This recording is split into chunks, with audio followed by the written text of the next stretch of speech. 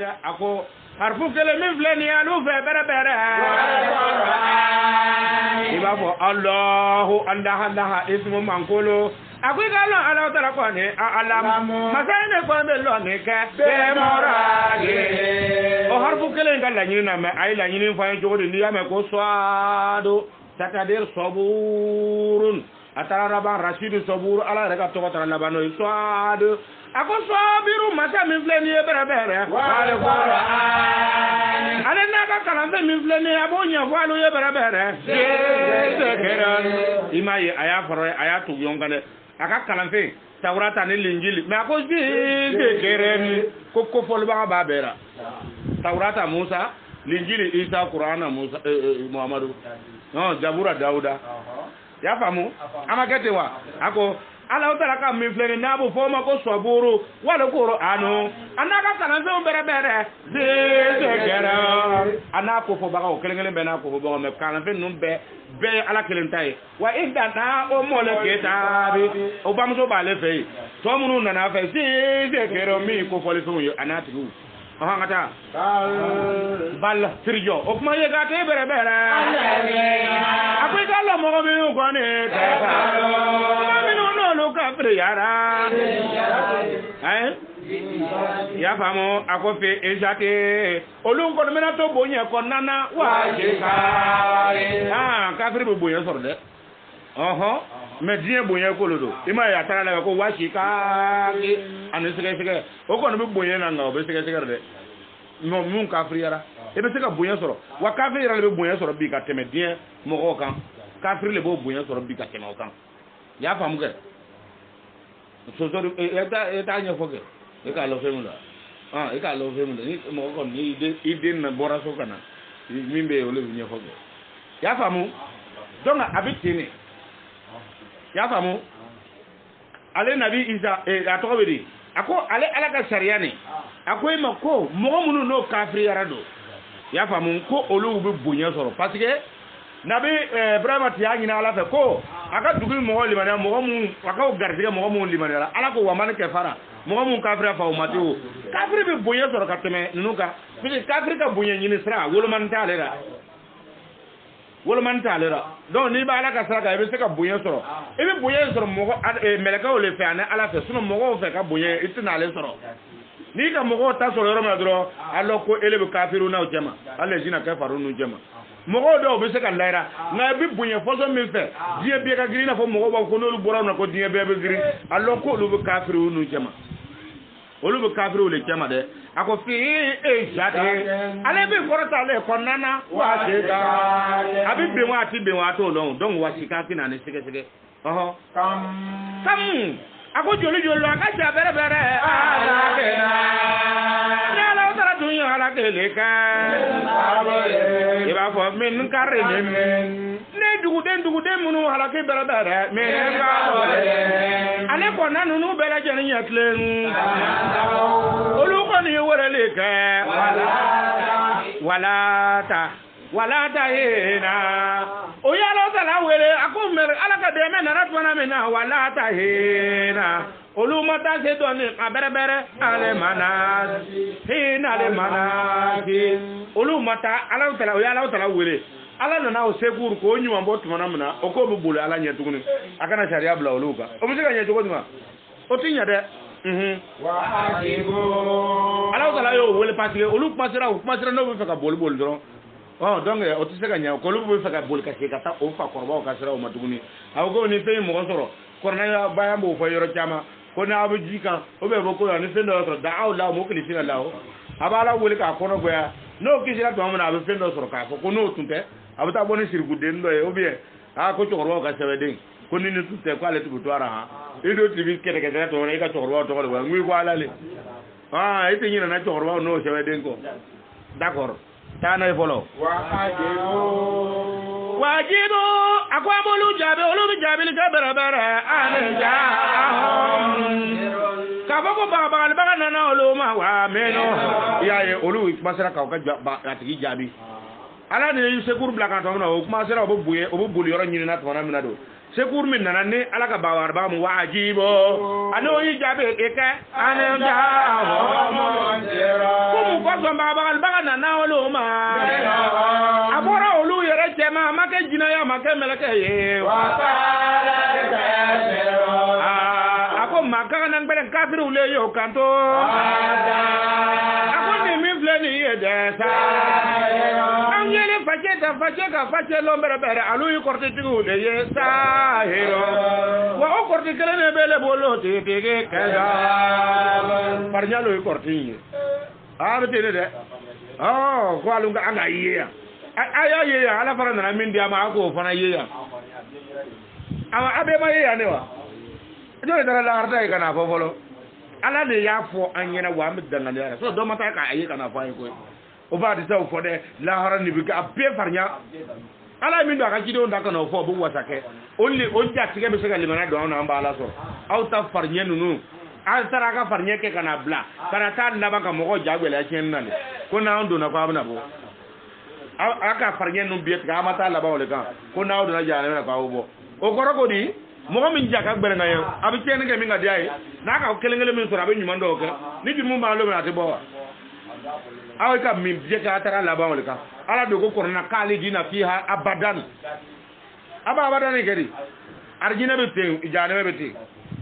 aw tara laban ka kuma ba nyefo aw tara laban aw fi de bora aw yera ba ta laban in tieni le aw tara laban ko na aw do na bobo ya famu olu fana ni le ka jabi le ko muna ba na oluma ama bo yoro were ama bo jamana were ko bora olu yera la olu fa denke o nye bare ina fo do ko kwa kimti se ka kenya mo ya azunata aw fa den ya ama ke ko were sawa aw to bi ya ro la ya sanjolu akona nye ya sanjolu wo genetika o mangamme atibi munira o anna ku yara tikilenye awle ngana na ko abana duarne ko bon ko ma abete aw konti ti foira ay na faranga wanga to atara yele matu ko fanatika atibi ya santane genetika a wajul kam me na kasati do be anyama na e mafle amaga ko wore agbere yerde ne ma seka nya foile sura ko ni ko na mogove ya fa muke donc alaka sariya nana iba jatimine ni ma jatimine abaka chen baye ifede ni ma alaka sariya jatimine abaka chen baye donc o kosono akoy mako nunu onara kuma se obi jabiri ko munna fe nana oluma meno ho ko me abora olu yere le tema olu tuba fa ka ke ka bo yoro wora kwa awu bebi million onyefe dugura de kwa kana ke oye obuzo fariye be ima o kuma se dro korti tigilo fe munu mbawo fe rena aduna ta borata ko kuma se ka tuka ni le foma ko atu foye ko kafiru kuma se ka tuka fo ko korti tigilo ko ni nilo ay kuma me senda ba jom kuma na aja ala ako yalo alo ibla le ke wa bere aw ya ka ala ole bila wa de ila ka ke ala ko ni wa anana kara min fo ayna aw buna ka ala ubla nim fati korti tigiye afaje fidini afaje korbati korti tigiye ale nana kara min fo hanna ma ta koran bala ya fa ta korti de me farnyalo aw buna ata ubla ka ke ala yedron ko ala kelempewa aw de la ko yemi e ka ala ne ka ala kelewa o bo le ka do nyon kuna tana e folo inna hada akoni mi fle ni e bere la se ka fo kwa nga bebe la jene bla kwa la utala kele ale ko ni ko le ye de ya ka ko lo de ha kwa mbye ka kilinyi ka ke dakilin fe ku mo wara kana do ko ka ko lo de ha ambye ka tu kelin ko tinya e ba do yo tike dana olu mura fi dama munu bu fan wara zuku yuwa ba do ila ba di zukuru fa ka wala gurura kwa ti ka tede ko dawuma ko pas de civisme mutoni ngoli nyam godeni pas de civisme mutoni ele ba mo so Ghana e fa je yoro malon ele fara e mu fora nyam godeni e yira ko ne na ko ne tin nun lona ne ko belon de a azed mais ne le tin yira bla olura ele bi mbo de bara e ka karmo kele ni e batar mi mu groupe ka bo aduna ta borta est ce que batar be ka temele ka ha ngwele ba muso toro yala no obi e fere la fuka ta yere soro Ghana ala sigini be Ghana pate yoro mallo e yere ko do ko kwa be libera fa ko do ko kwa be yoro ni ko yoro mando lo eto ba dar bi temele kan mi fana bi ale fana kuma ele fana ke ba muso sungu te ka di cewere ma ka boye ba cewere ele fana ke bi kuma ne bi nun lo fuka nya koy mais ne tina yira bla ne tina yira bla ora quoi ka bamuso sungurte ka di cede ma ko cebe to wadura hali biya bai aha ko cebe to wadura wana yara ferra bana bamuso juge na jere ka sungurte ka di mo do kon ma ka bo afa je fe koni mun ba ra ta juge a jimne kana sigara fio ne ka nun londe ne tina yira bla olu ta na koy ne tina yira bla no ba em ka ta olu tara demina ne ba o yala olu tise ka kuma sa olu ka lo ne bi ni bi lo lo tara demina no ba fe ne ale fa ta de a azedika ka nya fo yina a tara de ale mina ale na o bi ekele yo ale ka nyi folo fa ke kura a fa ke kura ka se ka nya so ra folo e ma no ko mo ko ya da ne ya ka nun londe mais ne tina yira bla ora parce que amba ngala ko le la olu mun to bi ando ka manganci olu yera fana bebe ti ne karoga ni koni karoga hale mo mo kafiri olu bi dan kay bam so sungurte ka di ce warma ko be to dura klono ayra wol bam so ka bo fuje makun ka bo faje kun ka di am fe faje manga muso mun fata banu be pe o kwale faje ka muso kwale ta wole tanti jamais ne ti se unu jabulle ni be se unu jab mais mo ti ne ti yera bla wala quoi ne ti ne yera bla wala ni yo bla wala ni ya ne ba ko be David Lange anga histoire ke tanga ta ni yera bo folo ke e ti ne ne le kele karo ke nyolo fa na fora sogo o ma fo ton je ndaro oh jeniti ko ale raw ni ka bla tasma ni ma bojo gra wi siti ton ko ya ke to ali ya bla na mi ret le raw siti don jeniti ko la jol tara fo ita na fara sogo ton kote donc ni se unu ijabun ne nin torbe ni to na ko ko groupe ni ne ka le yidro ngo afle ha tay ba muso do fa gana sa ta le yara ka fa ke fana yara ko fara nyonga be soro kana ida do kuma na o tan be tugu mingo o fana o tugu be min fana ko ko no ka nyomo ale fana yeni fa jaman kono ko fa amana nya ale ra wolo fa jego ka sor ni ko yete fola ko kenje na kono korna kalan kono le be deun kati ale ba deun be haram ya korna kalama bali ni dik atta den tara korna ne kalan kan na kele re ma fitrima wali a tele lontu atika fo me kono korna kalan to mitingon na ma ka ale to bisula me yara ka kwanya fala deun be to haram ya korna kalan den biye tara kalan ke do ka kalan ke ka ba olu do nu sigira kata aw norbe mina Alemanya aka ale do ndo e kala ngo do no ba fe fa jama ta bla kata tugundo e na min kala ko lo anta so ngate mo ne tina do lu bera lu vi privé ole donc ay min fi on do man ya ante to e amata do ni inna hada ko ne me plan e bera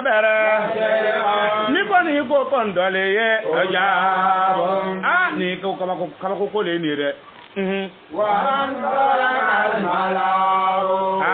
wa anta la kale malao akuja makulu kafura nyonga nga kuma bere olu kuma zera ka bolu do gele jama mo le la ani imusu ay bwa nga gravi bi am yene de ay bwa nga ani imusu ay bwa nga tama akwa nga ala obieto ko fo ala kele bobo ga joli de vani tarate ay bwa nga gravi imaye ako wa anta la kale malao jama kulu kafura nyonga nga nyonyo ke ka kuma okodi melo ka bo dugu mo wona bere ane mojo marché de sunje anga boka tama ka anga tigu anga defense ta ha ani emusu ay ko anga tama ka tebe papier kan sa ka te papier kan ko lu tina sonje kidena ko ako lu ka jobe bla ala bla ka to ala ke ko e ka ko ide ani emusu hey mu lanu abolo le wule abselala d'accord wakibiru yaye akwani emusu ayatu angadreve ayatu angadama bere wasebero ay salari dare bere ala mo kuma folo aw ka salari dare ala ayo dare ko ga ke yerre tete ayaga ala dare ala ayatu angabo ga tama anga darle ke ala ka ala dare o kana banga mo nunu halaki anga ala dare ala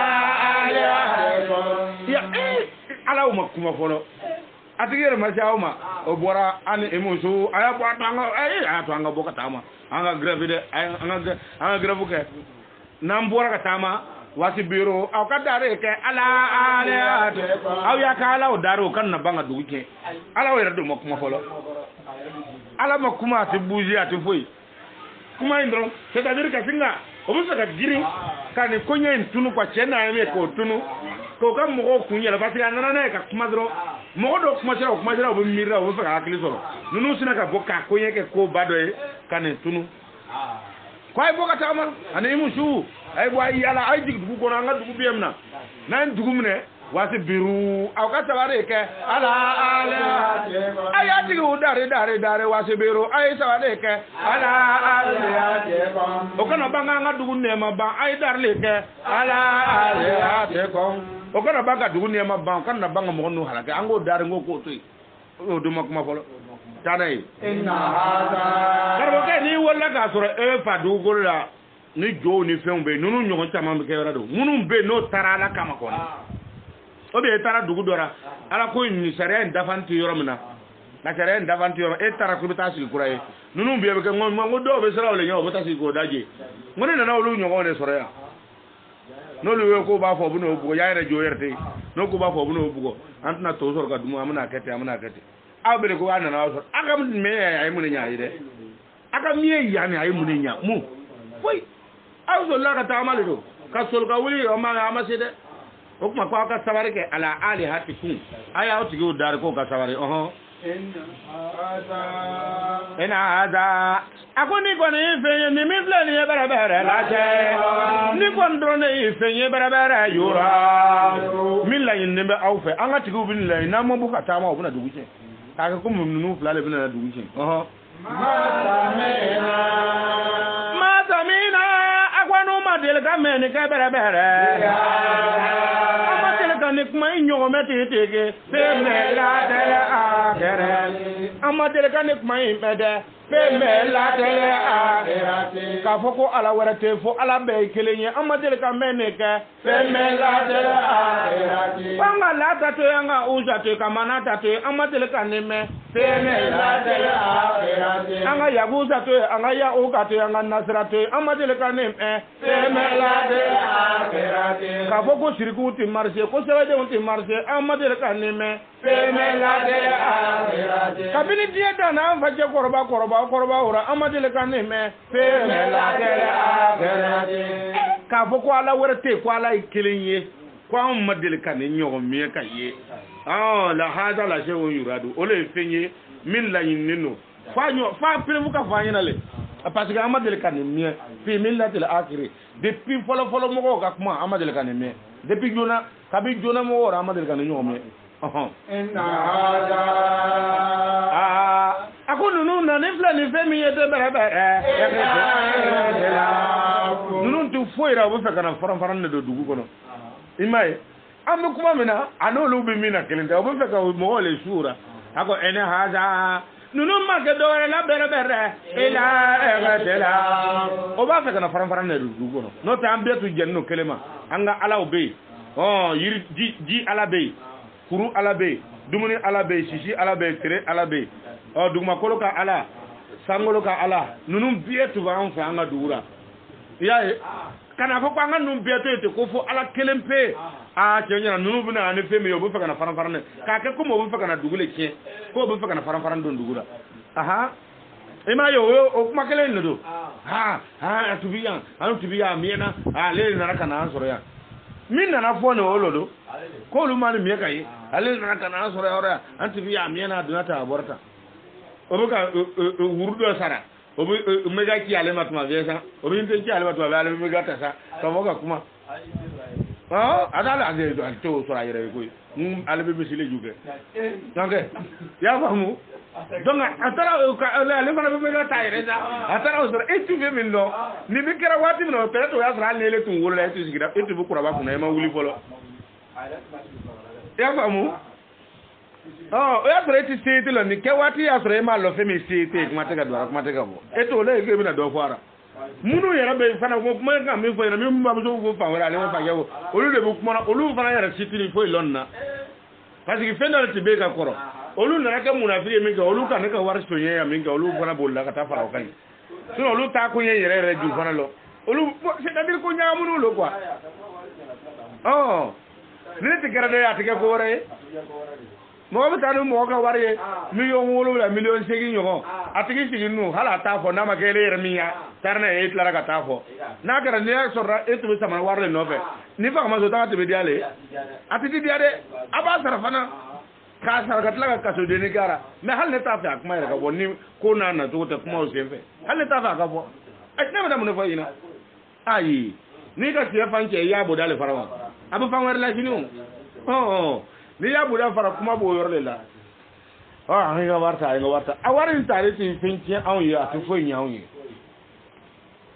iti abla ala ko barale la nele ya ado iya ala ko ngani ya ta kan ba ni mi ya ta ya ala ga warle so nyedo mo kuma ba na ala leje e mi ga manga sha ku donc olu fana na ni le fo de angela de keran ya o ko nunu tu fo ila igitila fin o bi fe kana fonfon ne don dugura so dugu be be no kelema na fara ko dugu kolo kan ala anga dugura anga be ambe alo nilo sanji ka ala yalo jotigu fen lebe dugu kolo kan ala be sanji ka ala be tere ka ala be suma ka ala be ala num be be dana am be ko lon kelengele men nunu na fo kwango bele bla ku fo ila han waidan ko ala kelempe nunu bina ne be mo fa ka faran don dugura kafir kuma jo fle katuka ni ko kam mo ma onjela ako ima ko a onjela e ba fo a onjela zegeron ako ko yalo ko fo do le jigira wa ale ya e kwa ba foro mo ya ko fo do jigira ale ma kaka ko mo lu mala ala ko ina olu ta ala yer lonko a onjela zegeron ako yalo nga fo fo do le jigira wa ale koko fo lu do jigira ale ma bere mi benina ka bwanu ni nyo jesi tege ako okmanye ka tege e ka lo no ko ne fe sake olu ko mi sige la me tege ka bone ala ka ko follo man la ne ala le ka ko folla fiu ako frijo okmanye ka tege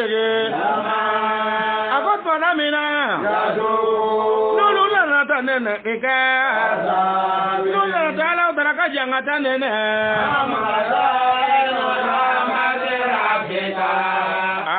ako amza to esifame ako am kaza eno rahmato rabbika ko walma ala ta la ka here so ko nun kle ko ni ken be wa enda ko walma ala ka so here ala ka du ko lo here ko walma kle ba alele fewa al aziz mi ka bonti tege al wahabi mi dilba masayete amul samawati ele ba bora ko ti warte fala taala kele amul ko samawati wal masafara wala wala ka mara ko ne o bene le bolo wa amul wal ma du ko ka mara ko ne wa la ya lo be bolo wa wama yalo venga masaya goni mimi misani dugu taw yele taye wa mba nyina ofe alu bela jene kono kase kasira aseba alu kase kasira kase ka donde aseba ko kasigi fali yarta ko aisra aise ka do aseba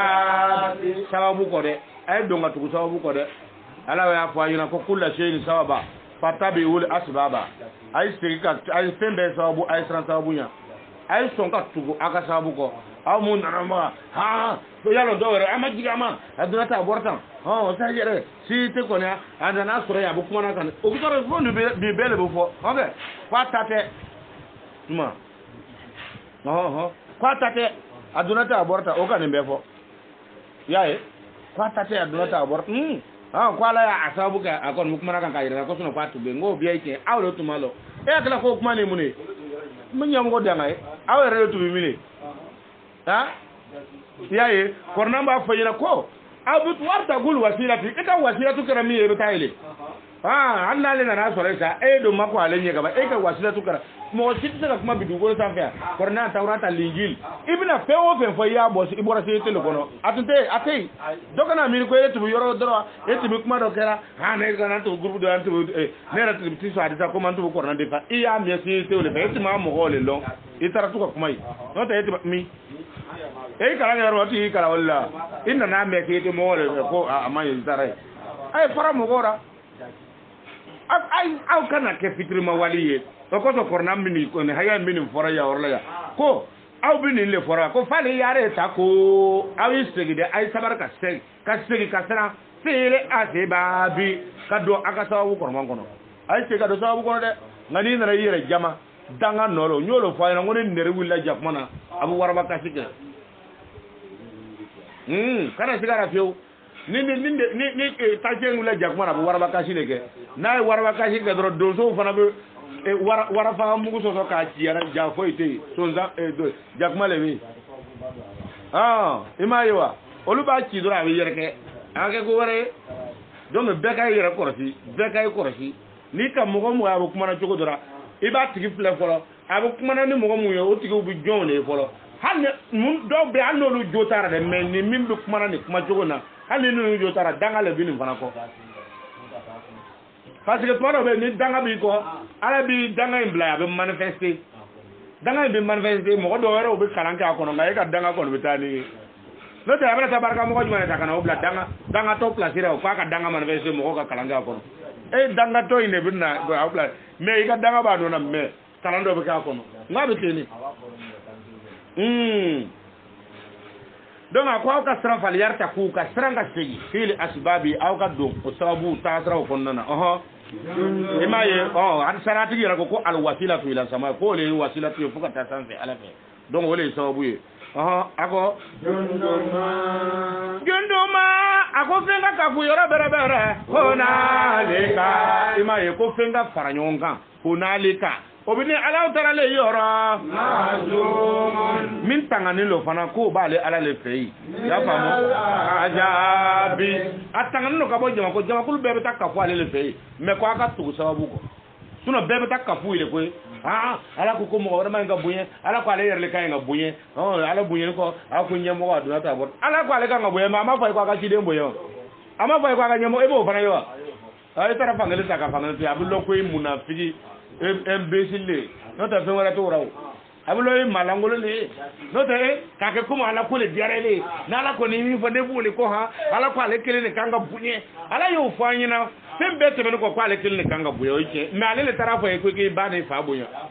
mo serani ya katla ka fo e ko kai chide mbunya wa ulul amru minkum kiden te men ko ordu bu mo ko ani ordu tigu mumbu kuma ne chide ka ordu ko buye mo fana yo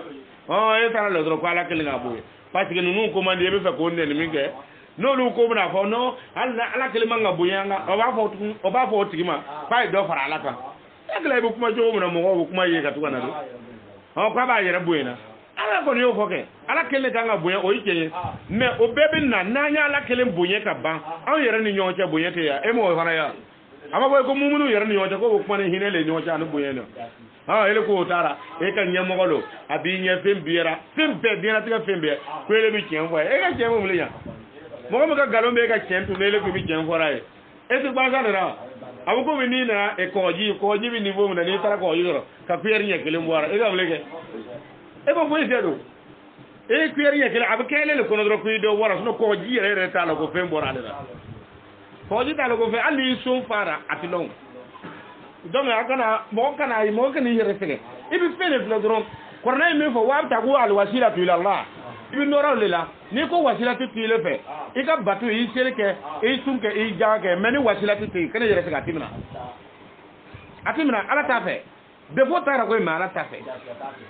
kasi wasilatu ti abe demuna i wasilatu be demun mulu yakana ko fo kana sale alama na ba mine ati ale wasilatu fo yina donc même fois ina kala de wa baaw yara korosile de note nyabaratan danga soro mangu de tana e folo o ko sa ko jundunu ma mina ko jundunu ma ko fenka faranyo ka hunali ka obine ala le fei ya fa mo majumun min kafunulo min tanganulo fana min al azabi ka bo jamakulu be na ka kafu yoro lo a be na ka nyemo yoro e na wuli e nyemo tele la ha e ka munu nen e ka nyemo do e ko lu e ka nyemo ko to fa do ta borta e se ka gbera wulu ra ko depuis diena na tra ila ra bi gere e bi to e la do ama banzawa tanai Kezabati ka omono en akonu ka mo galonti keke kabola hom konu ka mo inu ke galonti kabla hom ka ko amu mo munu abu munu ba yer kera fendo ebi konu ka mo nu galonti ya kabla hom ka ko o nyado amu bu ka yer ka fe ngora ebi konu ka mo yake nu ka mo yake ele min ki bala ko nele ka tle wule ni mo ma so tle daga ke esige ada fara kanya ako ke za ba te ka bono no ke za ba velo made ke za ba te ka bono nu ka mo yi galon te e ke ka bola ho ka ko nu mo nu nyote te ako adu fara ka mo yi galon te ya ke bere bere Brauna fana yi Musa galon te ya zora ota Brauna fana Musa galante ya zul awtadi wa fir'auna zul awtadi bolon chama bolon nanin tigi kamo ko ceta Brauna le adamna okay kamo ko ceta Brauna le ka adamna ajaga belle imama ko wa fir'auna zul bolon nanin tigi le ci Brauna nabna na mi yaba ko bolon nani yiri dronti bolon yo nabna na mo ko nyangi mo nani bi segi do bi bolom ne do bi semne o cetar bi te mo ka ngo Brauna le cetar damna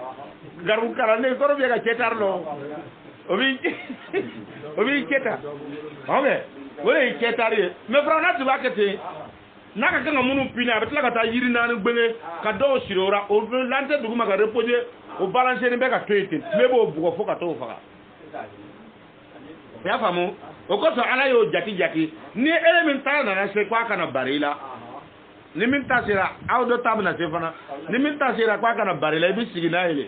o e bala dara ka sele ke wala bayira ko ele rasira niveau ma kwa la ba do e ka kokono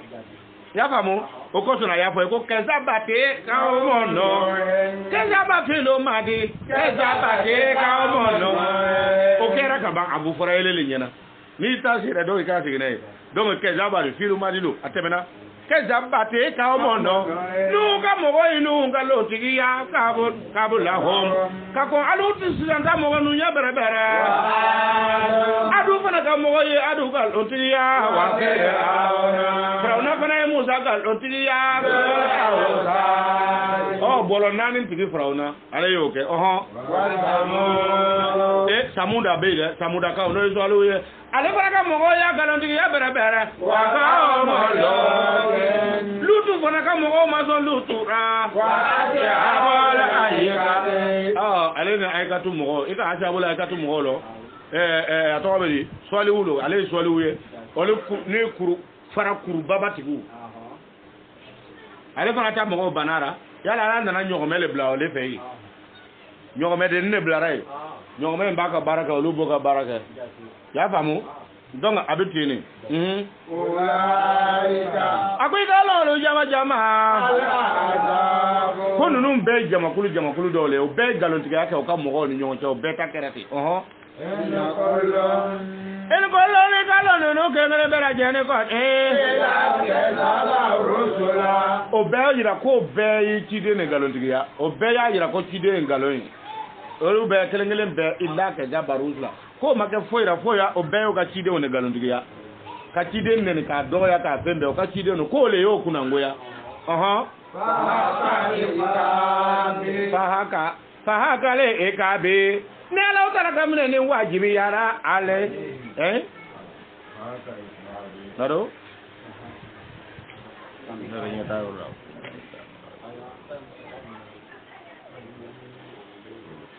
fahaka le ekabe ne la utara kamne ni wajibi yara uluka mbere bere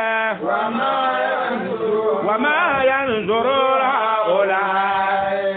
nunu jamakulu nunu ma fwenye flebere bere ila saya olu ko ni pere ngangele te kono wa oyi ni min ke to na mena de ko o sigira o ma sigini foye donc ni nana ke ina ba ga na nyumana ka soso ka dogoya ka ken ka fembe ke ako aw kana foye nyako ni ko ni ke o kere ka bara ka ba ika seli ka sun ka jagabo ka heji ke ako ikana foye nyako no ila so ya tan wari fale ala ka jangata perengangele ole bena na ikan amia o me ole bena ikan kana siga wara fio abena na isor ki kuna goya fana o ma men fawakin ako nyonti yoro foye ko no make la nyonti yoro foye to o takabole na tuguni abi sorole olu mono yo ka do bera bera o ko ya no ti ala taala amani gon ka tel ake ika samara parango kele be anu kan te tege anu ko ne kan te tege esa e malo ko munafi kafiri jaga gbere olu yi ni le fo kwale ala ka manenga yuara kide yo kuma fo yana min gere olu bele ko o ko ala ma o yara bana ala ko me afara ko lara ko amana takete amana tetege ajil o kuma ebitelia kita ana kampara fangele o be jade ma fangele o woron ka be lana an kan folo tabla yo mili sabe yani kiyama lolo ngati tellement wa se famo aba fa kwala ka mu faye o kwala ka telia ko ma fara ko na sara amana do jade ma ko amana kete akana da ma afai kwa ka jade ma tilangelen jiga an ka ya ne alonga si ka ne foka si o foka ma ala bana jigwa ala ba o foka ma ala bana jigwa ima akosa ala ko korna ko yoro do rawo ko wala la kalimati sabakati kunna ma ka ala tun kona ka kuma kala iru do ane ci don ce kwala ti nyene ge mo bu kuma jama fo ala to bi die cende la ka le to bi la tike mais ala kona ka kuma ni ala ne ci don ce ga ba nunu ni le fo ko ay ni ko teno ko me teno o kuma telia te ta sanfara fangele te dire sanfara tlangele ngo o be jane tlangele kwa ka woro ka be oluka ka ko yani la haraka se foro awila arda va kana dawo mare kwa ka adoji go oluka anti son ko lu ti son ata nay ala ko tide ma e de ber pelo le amro akoy le kon ka sare bera bera ele kon ka sare ni fenka ya holo obi min fora no te ne dimina ka foko ala ka ke abuso ngake ne le dimina ka foko ala ka ke abuso ngake me ele ka sare ko so kana tuka kete ako e de ber ele mimi dine nya fora olo ele na nyima nyi ele ulul amur ni kuma mbele no fa ko esber ele kon ka sare bera bera e ka sare fen ko ni ka ya obi mi fora sare kana fa ko o kote ibada ngaindo ina fa ni mbora olo idwa ka mana mo no make ama na man tanga na makete adunata aborata hakilla ko mulo kono ngo tita da uma ko na ta bonu werke kam mana kancha mo fo am baka ko na yandole no te karmo ke ka fo mata e bitana sigara fina olo ay kana sigara fi olo de na yo kuma infonti sigara ko ne ko fo ti ko ka ma kwale bu kuma na ora mwele nyamugo fali ele nyamugo wuru e bina lo ya ora kota he la go bar olu ka lo nyolo fay na ngo wuru deni ane sula deni sula bamuso de ka wuru deni de belondo sula deni mo ra ka ta tlonge atara tonton fe ka ta ka tonton fo o ka dorme dama na mi ndama anna to ka wuru deni a fait tlonge fe na akasa ka do karton ko ka tana ya bamuso fe ko ale ka tonton ga wada ka le tlonge mi nese avanso ko ka tlonge fe sa ko kwa ka lo abafla ka karton na ka bo ka bla bamuso yella yirka bamuso ka wurde ni sebelo ele mi asa eta sebelo ave ma ale tibetlo ngarna ma le fana depo aya bo ka bla ale ya ye wurlo ba bamuso ayra ma lo ka nyo fa de ndugo ale ni vitesse tara ale ka sula ka wurde sebelo ale bo rabe tene ko no bi tene e wolu mu de va da ko o ka mate o ka bo choki choke ka ka kuma ka share Allah go mais le côté fado be ni ko wula no ta lo bana ka jo bo ta fle e min ka danga e borofa o be le ne ko ile kata parce que e ka bo ta dan ngane borofa do wara de wara to boro ngono donc o be le e ba ko ke sa pour que ka o ka se ki nyu ka danga la no ta nay ya ya ala ko ma ko muhammadu ele min ke kide ko ka sabari alama fen kon kan bere bere ya ko o bin fen be fora ko ka sabari aha wazokor akoy ka ko bole ka bere bere ala dara ka jonje do ko fo mo no yede dauda na bu fama ko dauda e ka dauda lo dauda yi ke badole ala ka ke badolo ako wazo gor e ka ko volle ka daw abu dana ne ka jonje do ko fama ko ye dauda mi gara dauda e bere ayde fanga tigile si dauda e fanga tuba bolo fanga façon bien anga sidan amerique woy yi suwe mo o jonga fanga sera dauda dama ale denje min kɛra Solomana ka fanga nana boye tu ka tɛmɛ Dawuda yɛrɛ ta kan mais ala bɛ Dawuda ta fanga le fɔra yan ko zole aidi ko Dawuda tun fanga mara ti b'a bolo aw b'a ka masaya n'a ka fɛn bɛɛ yan hali a ka lu kɔnɔ wuru a sera k'o mara ka ɲɛ mais nabi Dawuda kongo kɔnɔ fɛnw tun bɛ bɔ kana kongo kɔnɔ sogo kana barika la Dawuda ye dugu kɔnɔ ka taa k'a sɔrɔ mɔgɔ ma juru don a la wa n'a nana barika la Dawuda ye a ti minɛ fana nabi Dawuda ti bɛ nin bɛɛ kɛ aw bɛna mun fɔ mɔgɔw ye o la a ti se ka kɛ o donc n'ala y'a ka sariya fɔ baara bɛ kɛ o la ten a ye 200 ɲini ka di ma i y'a faamu donc a bɛ ten de a fɔ a ye a bɛ 200 y'aw na d'a ma a nakun y'o le o kɔɲɔmuso nakun ye cɛko ye n'o ma di a ma a ti ɲa i y'a faamu donc a bɛ ten de a ko i ka Dawuda ko fɔ innahu y'a faamu zul aidi Dawuda ti fangatigi ye bɛrɛ innahu mais a n'a ka fanga n'a ka fɛn bɛɛ Dawuda ko ni bɛrɛ awa fati y'a yɛrɛ di ala ma a y'a yɛrɛ di ala le ma mais o m'a ka fanga bali a y'a yɛrɛ di ala ma mais ala ye fanga ba di Dawuda ma hali bi kabako le dɛ ɔn taa n'a ye inna a ko ni ti Dawuda ka fanga lɔn a ti dugu kɔnɔ fanga la koyi ala bɛ don n'i ye kogo kɔngɔ kan Dawuda ka fanga dɔ fɔ a ko inna ne ala taala jate sakarna ne ala taala tun ye magaya de kɛ ale jebala ne tun ye kuru bɛɛ lajɛ ni magaya bɛrɛ ma ko kuru i bɛ kuru mun ye kogo kɔnɔ kɔnɔ k'ale tun y'o bɛɛ magaya ka fara Dawuda kan kuru n'o ka kuruya k'o bɛɛ tun bɛ fara Dawuda kan ko de yɔsa bɛɛ hɔnna olu tun bɛ fara Dawuda kan ka la ilaha illallah fɔli kɛ ni Dawuda tun sɔngɔra dugu kɔnɔ n'a ye la ilaha illallah kɛ dugu kɔnɔ kiriw o bien ala tɔgɔ sanuma min n'a y'a fɔ i b'a mankan mɛn fo kungo kɔnɔ a siginin bi a b'a la i b'a mankan mɛn fo kungo kɔnɔ kuru fɛ ani yiriw ninnu bɛɛ k'ale tun y'o bɛɛ a ka fanga tun dugu kɔnɔna minɛ ka taa fo kungo kɔnɔ k'ale tun bɛ nin de kɛ Dawuda ye k'ale ye kuru magaya ye dɛ ani kuru ko tun bɛ jɛn ka la ilaha illallah fɔli kɛ bɛɛ a jɛn donc o kɔrɔ le ko sɔgɔmada fɛ k'o tun b'a kɛ sɔgɔmada fɛ a fɔ bil asi ye wuladaani fɛ wala isa k'o tun b'a kɛ wuladaani fɛ wali isiraake ale ni sɔgɔmada y'a ye sɔgɔmada fɛ i bɛ sɔngɔ ala kan wula fɛ a b'a kɛ ko Dawuda ni kuru tun bɛ jɛngani kɛ n'a tora a ka so kɔnɔ fajirida n'a wulila n'a ko la ilaha illallah dugu kɔnɔ fɛnw yɛrɛ ala y'a t'olu ye kuru le tun b'a laminɛ ka se k'a rebond ka sɔnni fili ka don dugu kɔnɔ a diyara ye a ma diya i b'a mɛn o la o Dawuda y'an toro gɔn o taara dɛ n'ale y'a fɔ ele m'o mɛn kuma taara bɔ kungo kɔnɔ ka don i bɛna taa kuru le bugɔ wa yala ko caman ti bɛ yen dɛ taa n'a ye fɔlɔ. watayiri a ko hali kungo kɔnɔ kɔnɔw jate maa jɔra dɛ ninnu bɛɛ lajɛlen tun bɛ na ka fo bɛrɛbɛrɛ kɔlɔ o kelen-kelen bɛɛ lajɛlen awa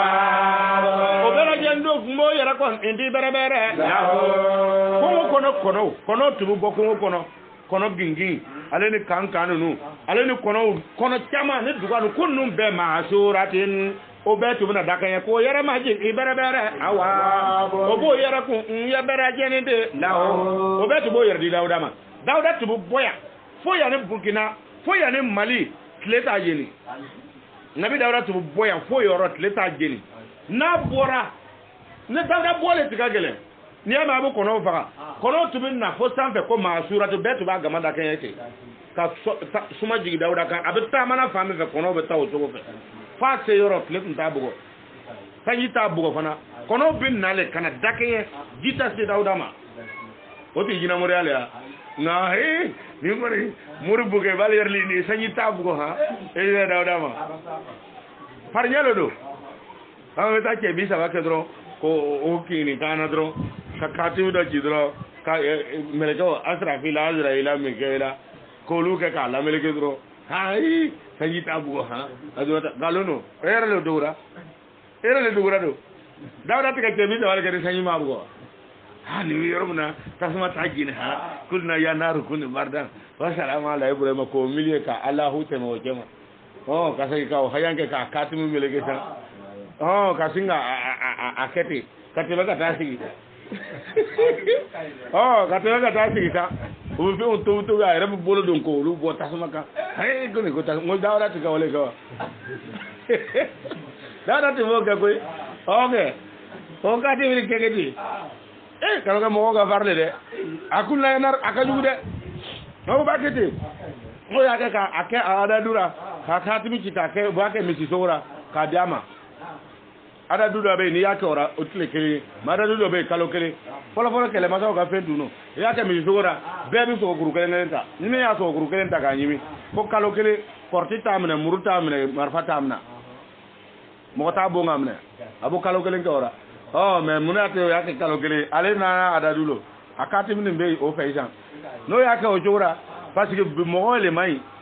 ni ka kara kude ka te na banga bu yele re kama adna ke goro wa o ko son folo kele ke farnu o to bo nyoga ba o tama be o kai so ara ko to mi ti fa lombe no ka mi ti fa lombe e ba le ke ka doara so ko ma fo wula fe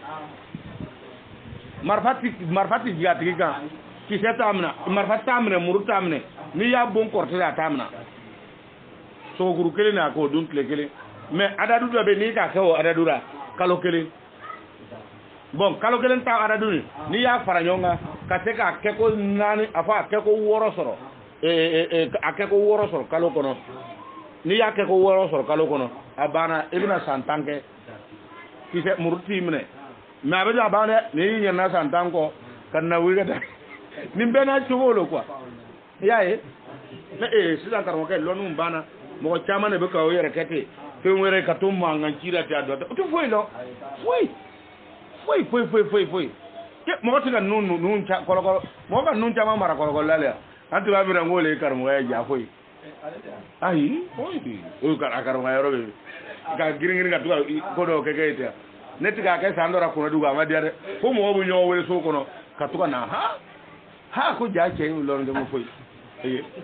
ah beta carton soro carton obi fenen do yala te droka a 4 minutes ci ara ka sigi tasma ka ibi faka dumuni min to carton e obi fie iba to ba kono foka tamo ka banka dumu ka ba tijeni fo ha ko ka ko ja foi de ali sini yoro na ali sini do la menera ale ko yengo ni nera ko ma ngone to foi yo lu fenera e merke dinne ale ko yengo do ja foi oh fe ba si fo ba la ma fo do bna kana la ma ka fle ba la ma le tasma mena ko ko sele ka tobi ka mo ka banka dum ka ke ko ba ka do foi taro ke ko golo de jani nu sitala ko e ni sitala ko ni be ka mo fengale no te nanda nyolo foi ngunanda na oma ko var ya abijan te to an ga nan tara o ta bolo ni fe ya karo ga ni na chama so ra no lu mumbo ta bolo fe olu bi yelba ke ne ga sever kele ya o to ala to golo yere me e nele yo tari ibine ka dine nya fo chodi ibi dine ke chodi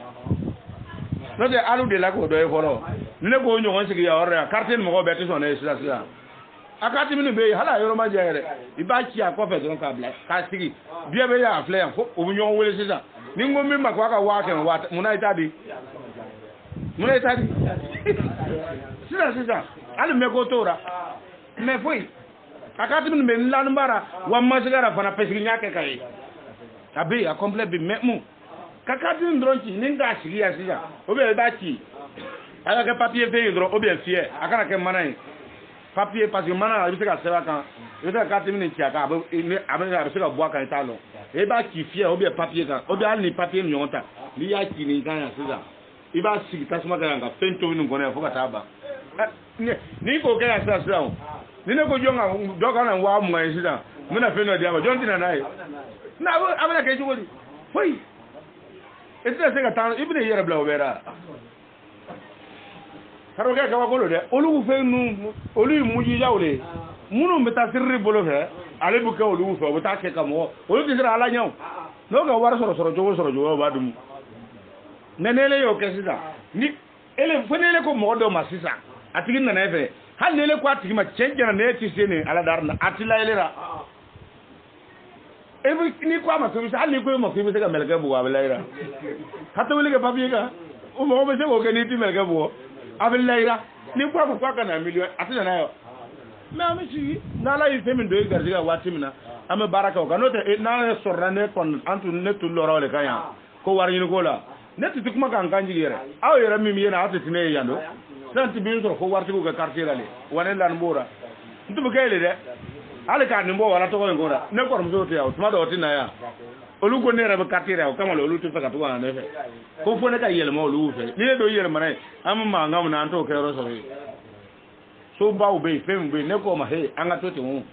biya ka to yi ta ka anga to balma so no ja bana ya ne ta fa o kana ne fe o ti ya ne wulaw awdo yira ko war ko le ka ambla ya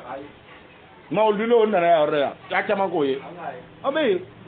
bu yere bu bolo fe wutu ko yere talo pentine no je in taro fe sla mi do fe mbasoro mais ime ya ta olu yoro na mun kama hoy donc abi tieni tuma do be ibi fendo bla ika ala yini ne kama ala bi songa fa ko ala tino o no yayi ima desero de iya bla le ko ala le kama ma ele desero ko so ka bla ko fo ti bala ta kana to ala ngati to ala de ima desele wa desere bi so bala ko ba to ala ma ala ta fe wa shadadina ya akwale ala le nunu ke nabi mu Dauda yete ako wa shadadina ne ala tara tara ka gele ya le ke bere molo ka o ne aka mata ya gbele ya ka adama tete ataina o ya ye aka mata ya na bunye be o ma nabi Dauda barka ala ko ke me mo do be wa no lu kuma na don ka ye mo me mbolu ko awese mo ko segi ma abana le da kumbu funu abaka nyina ko ale be tlora ka sura kunne funna ale wula ka yete dro abaka ale nyina ko fen warelo ka suro te ako wasa dade na ni naka masaya koso ala ni beka mama balara ama jama ako ne gbere ya le ka bere mo lo ka ho ni fanga da dia ka masaya ma bere nse raka Dauda so ale ke ma hikma no isaye se no ala ka livre yere loni ma fo en London ni ala ka lon tigire ima ye ko ni betu bara ko ale se gira sisan ko ka ale hikma ta ale ala ka hikma no ya ale yere ka sharia kitite ko ale odi Dauda ma o ko se beta mo munu soro chama na tigire tan be ka ta siga yere ke wajul kele abu ka kornan drone fa pale ti be kornan ko a chama be ele be ka mimiri ko atalo aka londe ati kuma ele le fe nala mulu be yirara folo ka to ko lu lon ala ka soro ka ta yirara ke ni na marato na lumuna abaye ko ma ala ta yi galo yi o ko se bi ko ngapase ma ko wa ma min mo ta mu ka nyagba korna e kwala ko wa ma min ko ila warjo ko mo te mo ta anje ma min ti teme jana ko no folo ka soro korna ya ma foti a français le be ka nyefo mo ye ko mo te ni il faut mo te do argina sans passer par l'enfer kasoro o ware dule esi akonna lo ko fo ada abeta lo fo ada le ra obi juger le cadeau yere nye bara bi lo fo mo ko temi teme jana me dara na ana konna kele no abeta lo ile obi juger mun kan ga do lu bi nyonti ka be aw nyena aw yere be to jigi tiga ne fe na sisa wana ja ana ma fi mikolo bi min gilin ala bi sor kana mele ko bla ana ni azien wajibera mun kan ga ba ha sidia ale ni dusuka si mise munu tubu mun dusuku na ti ba adama dena ko ale be merka obla ko bebo ka usken sen ka tanaw ya arjina na o temena arjana me dale fe ka ye folo ale ni me en français olu ka fo na ko e be tema kono o buka mo chama ko ti se ka ta arjina kono sans passer par l'enfer ok mo da me ko o question bla ne wa semaine ngo nera tik mo verele parce que ni ki bok mo lu bolo ma to yere ka karam ngole na to ba arabulo abana mais ni yow fa ya le biti bita kor mo ko nan kana français ki yere ka karam ngoywa imaya olu bita o yoron leye ka soro kuma nto yore français le ata fote mais arabu ko ma ko wari do ko bita lo adara le be jugement mais na fora fana hallo o yere kono na fora ko yitemna jaade so dale fe folo e ma teme le fana mais est-ce que allo ni beni ni jema no be kerani e ka jane me dimino amen ikono ya konna e be se ka do fara iya ye be se ka do fara forna ye mo le no fe donc abitini mais Dauda akwa ale ala ni ke Dauda e ka teika ni fa dama o koson ni ala bina atiki ka fendo e fen chaman be nunu na nyogo na nunu ani la jarabili sa ala be mo passer chaman fe no de ni ma passer chaman fe ke sitana mo no lu na kuma jogo do ra ke sitana mo sitana an fa adam ma passer o yoro le lado an fa adam ma passer o yoro fa fe le de o koson sitana ya ne ka sordo ala ngi wula dro ka yere so arjina ko nele ka kete ale be ni drone la o koson sitana ya ne ka sordo no de nati patira nunu fannu do be ni sitana na ko awukuma abalo hey neni ke ko net tigara na nyabla ebna na mi yabe an fa ma passer le do o la te iblisa ya soro o koson mo mo ben na o kofe ala ba chama passer ele li no le ma passer ka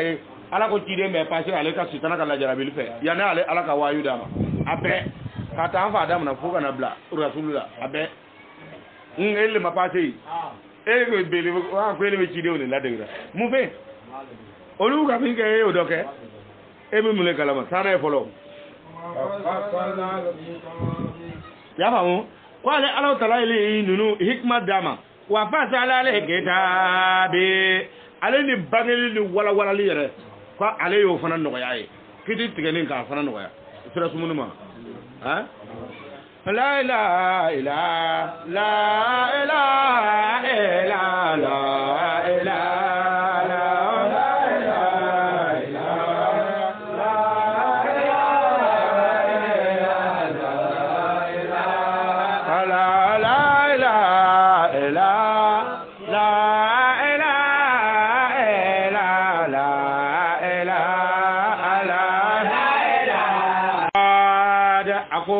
harfu kele min filɛ nin ye alu fɛ bɛrɛbɛrɛ